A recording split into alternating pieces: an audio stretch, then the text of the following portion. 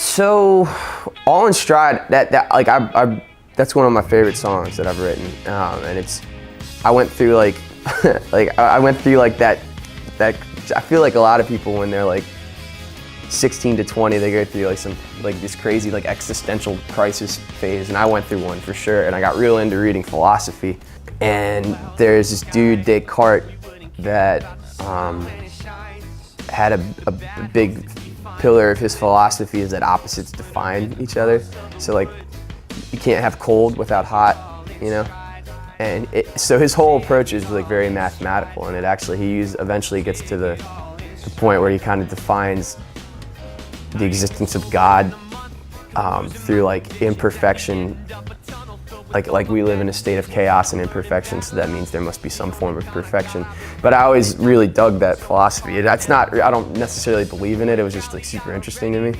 Life is not about positivity. It's you know, like positivity is great, but like it's a lot of awful shit that happens in life too. But it's like part of the package, you know. They define each other. Like you have bad times and you have good times, and that's what makes this whole thing spin, you know. So like, the idea of that song is just talking about both sides of it, and like, so I came up with that hook, and I was like, all right, I'm gonna write this like super morbid couple of verses about just fucked up shit. Like, you know, I write a lot of stuff about that anyways. I was like, I'm gonna really dig in and write about this negative shit, and then I want to get someone else to do like a contrary verse, you know, and it has the shift from like minor to major to kind of coincide with the vibe of the verses. We had a lot more features on this record because I was kind of like, when I was writing the songs, I wanted it to be more, I wanted to have more like a hip hop vibe, you know, like I jokingly like compared it a lot to like, I was like, I want to be like the Wu-Tang Clan of the reggae rock community on the East Coast. So that's kind of what we went for. We wanted to get, we have all these bands that we play with that are super talented, and we just wanted to get all our friends to do features on it.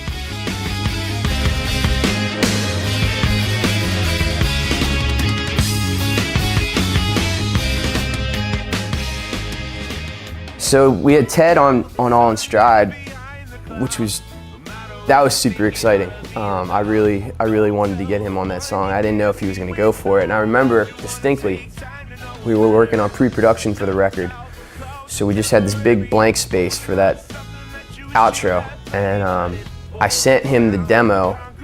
It was like a Tuesday night or something.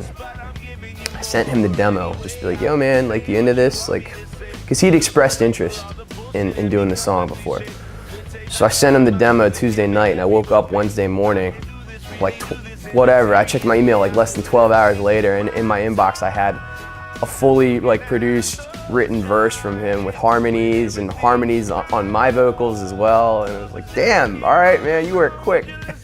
So yeah, it was super cool. I think that's my favorite feature from the record is Ted's verse. It's really cool and adds a lot to the song.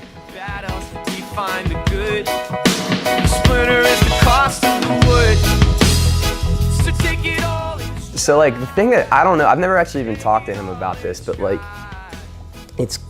I think his verse is really cool because like I had this image of how he was gonna write it in my head, and I told him like, I was like, so this is what I'm thinking, like you're gonna write like just some kind of like verse about positivity and whatnot, and I was expecting something totally different from what I think he did, which is like what I think his verse is like not as much a general thought as it is like kind of like, I think he's like almost talking to me.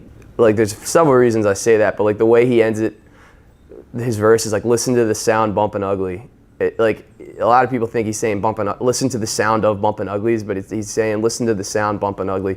And the whole prior part of the verse is just talking about all the shit he could do and this, that, and the other thing. So I think it's kind of like him like talking to me, like, don't, all the bullshit you're saying, like, don't think about that. Like, let's look at it like this. You know, that's how I take it. Like I said, I've never really talked to him about it. But if I'd just been born in Cali, I'd already be a star, but I'm from the Mid-Atlantic playing reggae in the bar.